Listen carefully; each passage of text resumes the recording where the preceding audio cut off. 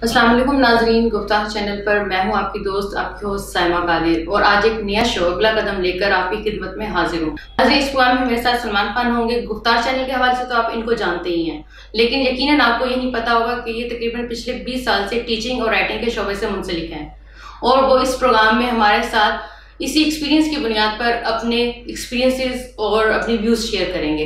अस्सलाम वालेकुम सलमान खान। वालेकुम। क्या हाल है सलमान खान? जबरदस्त, अल्लाह का शुक्र है। थैंक यू सैमा। नाजरीन, हम अपने हर प्रोग्राम में एक नए टॉपिक पे बात किया करेंगे। जो आज हमारा टॉपिक है वो है करियर काउंसलिंग के हवाले से।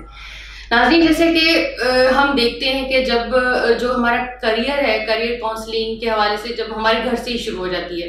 जब हम छोटे होते हैं उसके बाद हम स्कूलिंग जाते हैं, कॉलेज जाते हैं, यूनिवर्सिटी जाते हैं, या हमारे ड्यूरिंग स्टडीज़ या आफ्टर स्टडीज़ जो है करियर काउंसलिंग की बड़ी अहमियत होती है।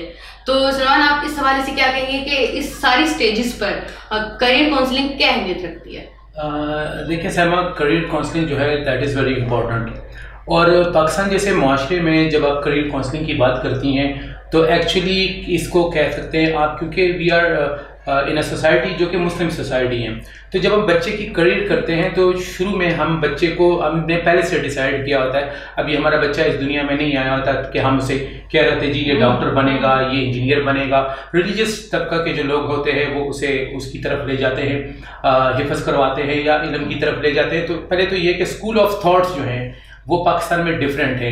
यानी अगर आप इसी लिहाज से देखेंगे स्कूल ऑफ थॉट जो है वो जो आप दीन की तालीम की तरफ ले जाते हैं तो दीन की तालीम एक अलहदा है, फिर स्कूलिंग एक अलहदा है। फिर स्कूलिंग जो है आपकी there are different kind of schools हैं, उर्दू मीडियम है, इंग्लिश मीडियम है। और ये तो एक्चुअल में हमें अपने बच्चे की जो करियर काउंसलिंग का होता है शुरू में जो हमें पता होना चाहिए वो हम पता नहीं करते, और शुरू से ही उसके ऊपर हम अपनी मर्जी इम्पोज कर देते। तो सबसे पहले तो हमारे पेरेंट्स को चाहिए, अगर हमने एक बच्चे को हिफ्ज़ करवाया तो अगर हम उसे 3 साल हिफ्ज़ करवाते हैं तो साथ साथ में हमारी कोशिश होनी चाहिए कि उसको, क्योंकि 3 साल के बाद जब हम उसे दोबारा स्कूलिंग की तरफ लेकर आते हैं तो वो बच्चा इंग्लिश में, उर्दू में कमजोर होता है। हाफिज तो माशाल्लाह वो बना होता है, ये बहुत अच्छी बात है कि वो हिफ्ज़ किया होता है। यही एजुकेशन जो है यही खुरवी है, यही आखिर में हमारे काम आती है, लेकिन वो दुनिया में थोड़ा सा पीछे रह जाता है। और इसी बच्चे को थोड़ा सा आगे जब ले जाते हैं तो हमारे पेरेंट्स कहते हैं कि जी हिफ्ज़ तो माशाल्लाह ने कर लिया है, अब ये बड़े सादत की बात है, रबीउल अव्वल का महीना भी है, तो मैं तो कभी भी ये नहीं कहूँगा कि ये गलत है।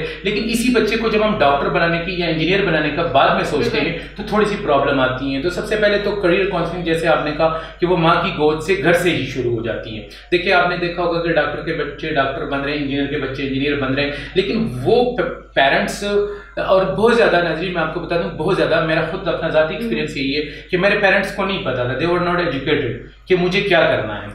अब मेरी जो करियर काउंसलिंग थी वो कैसे थी, हमारे यहाँ पे बच्चे से पूछे जी अच्छा बेटा आप क्या करना चाहते हो, मैं खुद टीचिंग कर रहा हूँ। तब अब बच्चे मोस्टली तो देखा है कि पेरेंट्स या जो वो पूछते नहीं है और अपनी मर्जी से जो बनाना चाहते हैं यही चीज़ है ना। अगर वो पूछते भी हैं तो वो पूछते नहीं है, वो बताते हैं कि जी you have to do that, आपको ऐसे करना है। और जो मेरे तरह है कि जिनके पेरेंट्स नहीं है तो वो क्या करते हैं, वो जब ये देखिए इसमें दो तरह की फिर कैटेगरीज हो जाती है। एक बच्चे वो है जैसे मैं हूँ, जब मैं था तो मेरे घर वाले पढ़े नहीं लिखे नहीं थे।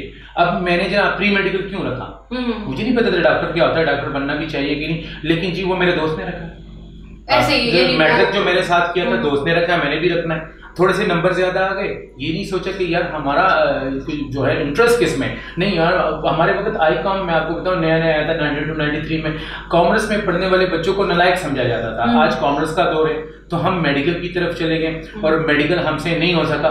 तो ये है कि सबसे इंपॉर्टेंट जो चीज़ है वो रोल प्ले करेंगे इनिशियल स्टेज पे पेरेंट्स का, कि पेरेंट्स अपने बच्चों को जज करें कि आइदर उनके बाद उसको क्या आते हैं। और फिर जब 9-10 में बच्चा जब हमारा 9-10 में, मैं टीचर से ये रिक्वेस्ट करूंगा, जब हमारा बच्चा 9-10 में पहुंच जाता है तो टीचर को चाहिए, क्योंकि टीचर्स भी पेरेंट्स हैं, वो भी वालिदैन हैं, कि वो अपने बच्चे को देखें कि इन एक्चुअल में उसके बच्चे का इंटरेस्ट किस चीज़ में। बच्चे का इंटरेस्ट आर्ट में है, उसको आर्ट की तरफ लेकर जाए। बच्चा स्पोर्ट्स में है, I will give you my own example कि मुझे स्पोर्ट्स का बड़ा शौक था, I want to be a hockey player, लेकिन जनाब मेरे घर वाले कहते थे नहीं पढ़ो। अब वो पढ़ने की उसकी वजह से जो मुझ पे पढ़ने का जो वो किया, अब वो मेरा उसमें इंटरेस्ट नहीं लेता था। और मेरे वालिदैन जो मुझे पढ़ाते उस वक्त पे शाम के टाइम जब बाहर आवाज आ रही थी आउट है जी क्रिकेट हो रही है, तो मैं कैसे पढ़ सकता था। तो ये जो है ना हमारे पेरेंट्स को चाहिए कि उनको शऊर और आगाही जरूरी है तभी जाके आप देखें, आप एक दफा बच्चे के साथ बैठें, बात करें, उसे क्या बनना है, वो क्या चाहता है। आजकल के ज़माने में अगर कोई बच्चा कहे कि जी मुझे दीन की तालीम लेनी है या मैंने मजहब की तरफ जाना है, तो हम उसको इनकरेज नहीं करते बल्कि डिस्करेज करते। अगर कोई बच्चा कहता है कि जी आपने आर्ट्स पढ़नी, आर्ट की तरफ जाना, क्या करेंगे?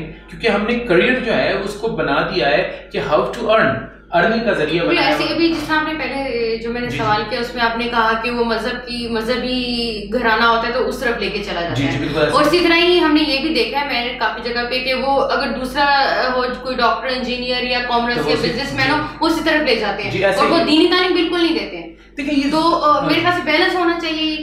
देखिए एक तो बैलेंस तो बिल्कुल होना चाहिए, बैलेंस के बगैर तो होगा नहीं, क्योंकि हम इस्लामी माशरे में रह रहे हैं, मुसलमान हैं। लेकिन ये है कि ये ज़्यादा के ज़्यादा देखिए आपके माशरे में इतनी प्रॉब्लम्स क्यों हैं। आपके FSC, आप कभी किसी भी कॉलेज में चले जाएं, आप पंजाब कॉलेज की बात करते हैं, आप सुपीरियर की बात करती हैं और बड़े बड़े कॉलेजेस की बात करते हैं, आप वहाँ चले जाएँ FSC के, वहाँ उनके पास 1000 अगर एनरोलमेंट है, इनमें 300 बच्चा अगर प्री मेडिकल का है तो ये बताएं कि वो डॉक्टर कितने बन रहे हैं। ये देखें ना, ये है वो 300 में से 30 भी डॉक्टर नहीं बन रहे, तो आपकी रेशो क्या है? तो the first thing is that कि आप बच्चों के साथ बैठकर डिस्कस करें, उनसे पूछे कि what you have to do, और फिर उसके बाद मिलकर उनके टीचर्स के साथ वो करें। नहीं ये जनाब हम क्या करते हैं कि जो बच्चे को के ऊपर हमने इम्पोज कर दिया वो है और बच्चे की नहीं पूछी। यही मैं आपको कहता था कि हमारे मुआशरे के अंदर ये प्रॉब्लम्स क्यों आ रही हैं। ये जो अनबैलेंस मुआशरा है, जैसे हम बच्चियों की शादियां करते हैं तो हम नहीं उनसे पूछते, तो शादी करवा देते हैं, उसके बाद जाके प्रॉब्लम क्रिएट होती है। वो भी तो एक करियर ही है ना, उसके बाद जाके उसने एक फैमिली बनानी है, एक सेटअप बनाना है। इसी तरह हम स्टूडेंट से जो इनिशियल स्टेज पे नहीं पूछते कि आपको आगे जाके क्या करना है, तो वही बच्चा जो है आगे जाके वो इंटरेस्ट नहीं लेता। क्यों बच्चे फेल होते हैं? उसको नालायक भी कह देते हैं कि इसे पढ़ने में ठीक नहीं। देखिए आपने बड़ा अच्छा क्वेश्चन किया, लायक और नालायक। कोई बच्चा नालायक नहीं होता, कोई बच्चा लायक भी नहीं होता। देखिए मैं एजुकेशन की फील्ड में हूँ। आप नालायक की और नालायक किस बिना पे कहते हैं? आप एक बच्चे को जनाब आपने एक क्वेश्चन दिया और आपने उसे कहा ये याद करे, जिसने याद कर लिया वो लायक है, जिससे याद नहीं हुआ वो नालायक है। देखें हर बच्चे का एक मेंटल लेवल होता है, बच्चे नालायक नहीं होते, लायक नहीं। बच्चे का इंटरेस्ट होता है, जिस चीज में बच्चे का इंटरेस्ट होता है उसमें वो लायक है। बच्चे का जो डिफरेंस है वो लैंग्वेज का है। अगर कोई बच्चा जो है वो अच्छा परफॉर्म कर रहा है, लैंग्वेज अच्छी बोल रहा है, परफॉर्म कर रहा है, तो आप उसको लाइक कह देते हैं। यही बच्चा जो है, देखिए आपने देखा होगा, आप जब टीचिंग में हम आते हैं तो एक बच्चा है उसको कोई भी सब्जेक्ट नहीं आता, लेकिन मैथ में वो शेर है, बिल्कुल वो 100 में से 100 मार्क्स ले रहा है, और वो जनाब वहां पे इंग्लिश में फेल हो जाता है। तो आपने क्या समझा कि वो बच्चा नालायक है? वो लायक हैं, ही नीड्स सम हेल्प। हमें उसकी तरफ भी बोलते हैं। बच्चे लायक और नालायक नहीं होते हैं। देखें बच्चे को एक तो ये लायक और नालायक के कंसेप्ट से निकालें। सब बच्चे इक्वल होते हैं, सब बच्चों का मेंटल लेवल उसी तरह होता है। हाँ, टीचर जब पढ़ा रहा है कुछ बच्चे पिक कर रहे, कुछ नहीं कर रहे। यही वजह है कि जो बच्चे पिक नहीं करते, हमने देखना है, करियर काउंसलिंग यही है ना कि उनको इस तरफ से किस तरह से लाया जाए। सबसे पहले तो ये कि हमें अपने तालीमी निज़ाम को जो है एक करना होगा, और उसके बाद इसको चेंज करना होगा ताकि सबके लिए एक जैसे सिस्टम हो, फिर ही हम आगे जाएंगे। अच्छा सलमान, मैं इन्हीं से ही एक सवाल मेरे जहन में आ रहा है कि जिस तरह पेरेंट्स से कंपटीशन की बात आ गई। एक तो ये कि चलो बच्चे से पूछा नहीं, या अगर पूछ लिया तो वो आगे चल रहा है तो फिर कंपटीशन डाल देते हैं कि वो देखो कि वो उसका बेटा है, वो इतने नंबर ले रहा है, तुम इतने नहीं ले रहे हो, ठीक है, तुम अगर इतनी देर पढ़ते नहीं हो और वो पढ़ता है, तो इसका क्या इफेक्ट होता है बच्चे पर? कंपटीशन जो है, कंपटीशन बल्कि मैं पेरेंट्स से कहूँगा और बच्चे, कंपटीशन और मुकाबले का जो अंसर जो है, जो आपने बच्चों के अंदर डाल दिया है, और बच्चे जो है उस कंपटीशन के अंदर कूद पड़े, यकीन करें ये तबाही की तरफ लेके जा रहे हैं माशरे को। आप देखिए बच्चे को कंपटीशन में ना लेके जाए। जब आप बच्चे को कंपटीशन में लेकर जाते हैं, और कंपटीशन भी ऐसा कि जिसमें आप सिर्फ उसको ये कह रहे हैं कि you have to do that, अब जब वही नहीं करता तो आपको पता है वो बच्चा कितना मेंटली डिस्टर्ब होता है, वो सुसाइड अटैक की तरफ जाता है, वो परेशान होता है, वो समझ ही नहीं पाता कि अब मैं क्या करूं। देखें आपने क्या, देखें मैं आपको स्टेप बाय स्टेप समझाता हूँ। ये जो मुकाबले का रुझान है, उसके ने हमारे अंदर क्या डाला है, क्या चीज़ डाली है कि जनाब हमने तो करना ही करना है। जनाब मेरी चाचू का बेटा, मेरी जो ये फीमेल ने कंपटीशंस का बहुत ज़्यादा वो किए जी, उनके बच्चे उधर पढ़ते हैं तो हमारे बच्चे इधर पढ़ते हैं, उन्होंने 70। मुझे एक बात बताएं कि 99.5% कौन सा बच्चा नंबर लेता है? मैं खुद टीचर हूँ, मैं इस चीज़ के अग्री नहीं। आप अपने बच्चों को कह के बेटा देखो, मुझे आपसे जो 99% मार्क्स ले रहे हैं वो रटा रहे हैं, वो रट रहे हैं, उनको कुछ समझ नहीं आ रही है। आप अपने बच्चे को कह के देखें बेटा मुझे जो है आपसे 80+ मार्क्स चाहिए, ठीक, वो फिर जैसे मर्जी आए, मुझे आपसे 100% नहीं चाहिए। वो 80+ की तरफ जब जाएगा तो डेफिनेटली वो कुछ सीखेगा। अब जब मुकाबले में हम चले जाते हैं तो मैं आपको ऐसी एग्जांपल दे सकता हूँ रोजाना की तरफ। मैं कल हमारी एक मिस थी, वो एक बच्चे से क्वेश्चन सुन रही थी, तो उसने कहा sir there was a crow, तो मिस वो देयर के बाद कोमा है, was a crow full stop और इन्वर्टेड कोमा। ये क्या, मैं एकदम रुका और मैंने कहा मिस ये जो सुना रहे हैं ये क्या हो रहा है? उसने कहा नहीं सर वो अच्छा वो उसको वो कह रहा है वो एहो ना सीधा निशान फिर थल्ले को नुकता रख देंगे साइन ऑफ एक्सीलेंट। मतलब बच्चों को आपने क्या सिखा रहे हैं, आप उसको बता भी नहीं रहे।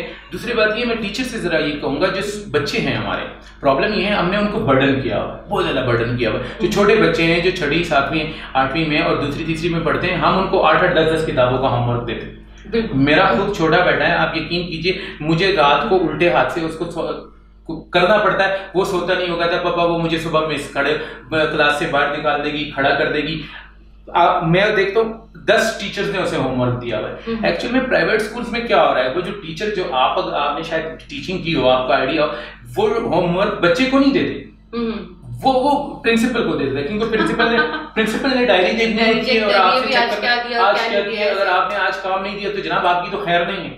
उसने फिर काम भी देना और चेक भी करना है कि हर बंदे। अच्छा आपने हर बंदे से मुझे एक बात बताएं कि रोटी बहुत जरूरी है बच्चे के लिए, रोटी बहुत जरूरी है। आपके घर में 10 अफराद रहते हैं, हर बंदा आके अपने हिस्से की 1 रोटी बच्चे को खिलाए, तो ये क्या आपने बहुत अच्छा काम किया कि जी एक बच्चे ने जिसने 1 या 1.5 रोटी खाने की कैपेसिटी थी उसके अंदर, आपने उसे 8 रोटियां खिला के, तो क्या आपने उसके साथ ज्यादती नहीं की? देखिए एक बच्चे की कैपेसिटी है, उसका बैग यकीन करें इतना भारी है, उसके अंदर 8 किताबें हैं, उसके अंदर 8 कापियां हैं, फिर रफ कापियां हैं, तो फिर रजिस्टर है, तो फिर ये है, फिर डायरी है, फिर ये, फिर डायरी बच्चा लिखता है। वो मासूम सी कली समझ आ गई ना, जिसके ऊपर आपने इतना वजन, इतना अपने वजन से ज्यादा उस बैग का वजन होता है, मैंने ये देखा है, उस बैग का वजन होता है। तो सबसे पहले एक तो फॉल्ट सिर्फ ना पेरेंट्स में नहीं है, बच्चों में नहीं है, टीचर्स में नहीं है, हर जगह पे है। And the thing is that's कि हम काउंसलिंग नहीं करते। काउंसलिंग जैसे हमने करियर काउंसलिंग की, ये बहुत इंपॉर्टेंट है। एक बच्चा मैं आपको बताऊं, मैं सेकंड ईयर कोर्स इंग्लिश पढ़ाता हूं, आपको यकीन करे 20 बच्चों में से 15 बच्चे ऐसे निकलते हैं जिनको रीडिंग नहीं आती।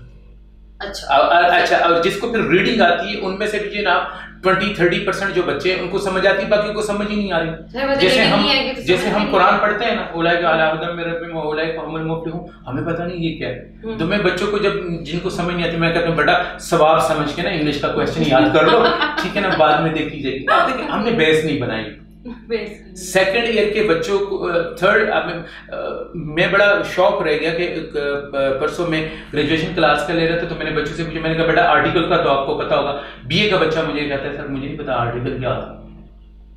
और वही आर्टिकल मेरे उसी दिन की बात है। एक और मिस मुझे आगे कहती सर ये थोड़ा कर दें, तो मैंने कहा ये कौन सी किताब है, ऑक्सफोर्ड की कोई बुक थी, 3 क्लास में आर्टिकल्स लिखे हुए। अच्छा लेकिन अगर इस 3 क्लास के बच्चे को हम आर्टिकल उस तरह से पढ़ाए जो पढ़ाने का हक है, तो आगे जाके उसकी बेस बनती। बच्चों की हमारी बेस नहीं बनी। आप बच्चे जो थ्योरम, मैथ्स के थ्योरम करते हैं, फिजिक्स के न्यूमेरिकल करते हैं, उनको प्रैक्टिकल लाइफ में इनका पता नहीं कि ये कहाँ यूज होते हैं। सलमान, जिस तरह आपने अभी ओवरऑल जो हमारी अभी बात हुई है और उसमें जिस तरह आपने ये बताया कि पेरेंट्स का भी होता है कसूर अपनी जगह, एजुकेशनल सिस्टम का भी है, और कहीं ना कहीं कोई ना कोई चीज़ है जो गलत है जिसकी वजह से बच्चों पे असर होता है, चाहे वो कंपटीशन का असर है या फिर उसकी बजाय औरों की व्यूज जो उस पर इम्प्लीमेंट की जाती है उसका असर है। इसके बारे में आप क्या इन शॉर्ट बताएंगे, आखिर में बताएंगे इसका क्या ऐसा हल है?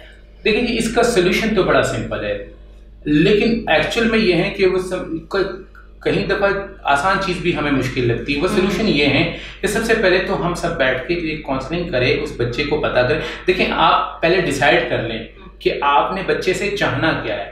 वो इल्म हासिल करे, डिग्री हासिल करें, या वो आगे जाए आप कामयाबी जो है, जो आप कहते हैं जी मेरा बच्चा कामयाबी का मेयार आपके यहाँ क्या है, कि पैसे कमाना है, कि एजुकेशन हासिल करनी है, या बच्चे का करैक्टर बिल्ड करना है। अगर पैसे कमाना है तो मेरे ख्याल से मैं एक टीचर हूँ, प्राइवेट टीचिंग करता हूँ, आपको पता है मुझसे रिक्शा चलाने वाला और रेडी लगाने वाला जो है वो ख्वांचा फरोश जो है वो मुझसे ज्यादा पैसे कमा लेता है, और वो अच्छे पैसे भी कमा रहे हैं, मैं शायद उसने नहीं बनता। तो हम सबसे पहले तो ये कि हम खुद भी डिस्टर्ब है कि हम क्या कर सकते हैं। हम अपनी लाइफ की वैल्यूज को बढ़ाना चाहते हैं, वो वैल्यूज जो मादी चीजें हैं हम उसको बढ़ाना चाहते हैं। सबसे पहले हम ये डिसाइड कर ले कि जी देखें, अब जो मैंने आपको मजहबी घरानों का कहा, तो जो मजहबी घराने के लोग जो हैं, जब ना वो अपने बच्चे को दीनी मदारस में डालते हैं तो उनके जहन में यही होता है कि इनका दुनिया के साथ साथ आखिरत भी बन जाए। लेकिन क्योंकि हम दुनिया में रहते हैं, दुनिया के लोग हैं, दुनिया के बारे में सोचते हैं, तो वी आर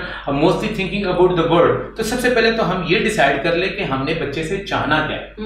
क्या वो हमें कमा कर दे, यानी मतलब ये है कि आप समझ रहे हैं कि बच्चे जो हैं वो आपके इन्वेस्टमेंट है, आप इनके ऊपर इन्वेस्टमेंट कीजिए, आपने उनसे फिर वापस कल को लेना है। अगर आपके जहन में ये चीज है कि जी मैं आज इस पे, मेरा बच्चा जो है सबसे ग्रेट इन्वेस्टर है, मैं इसके ऊपर इन्वेस्ट करूंगा, कल को ये मुझे वापस देगा। एक्सपेक्टेशंस, ये जो हमने जितनी चीजें रखी हुई है ना, इसके अंदर से एक्सपेक्टेशंस का मटेरियल बहुत ज्यादा है।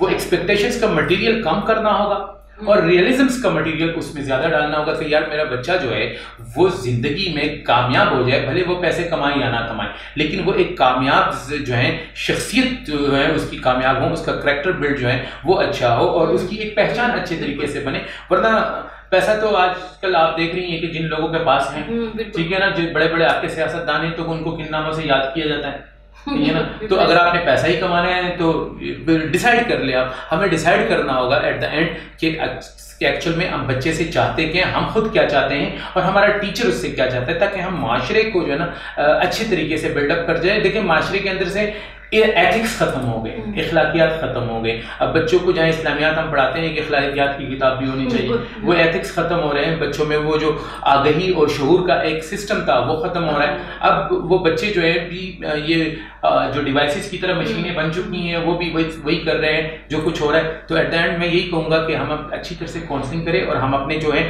उसमें से एक्सपेक्टेशंस के मादे को कम करके रियलिज्म्स के मादे को बढ़ाएं, तो it will be better. Thank you Salman. और नाजरीन आपका भी बहुत बहुत शुक्रिया कि आप इतनी देर तक हमारे साथ रहे और अपने आप व्यूज से हमें जरूर बताइएगा कि आपको ये प्रोग्राम कैसा लगा। नीचे हमारा नंबर आ रहा है और अगर आपके जहन में भी कोई टॉपिक ऐसा है जिस पे आपको किसी राय का या किसी डिस्कशन जिस पे हम करें और आपको वो टॉपिक हमसे जरूर शेयर कीजिएगा। अगले प्रोग्राम में मिलेंगे नेक्स्ट टॉपिक के साथ। अगला कदम में आपकी होस्ट सैमा कादिर, सलमान खान को इजाजत दीजिए। अल्लाह हाफिज।